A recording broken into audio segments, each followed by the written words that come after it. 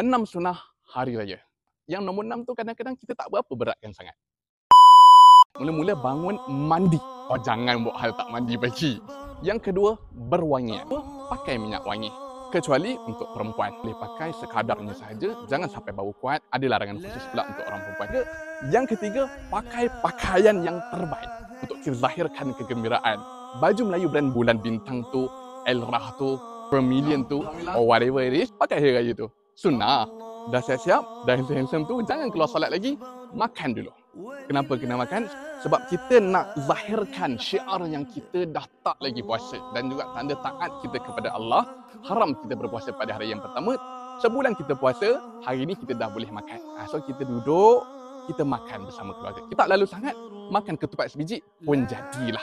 Janji makan. Selepas tu, barulah kita keluar untuk nak solat raya. Selebihnya kita keluar awal untuk nak solat raya.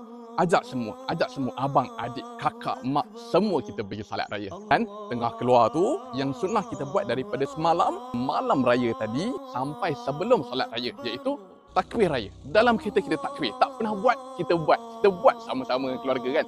Tapi saya tak hafal lah panjang-panjang tu, apa yang susah. Ringkasnya, takbir raya ni simple je. Allahu Akbar, Allahu Akbar, Allahu Akbar.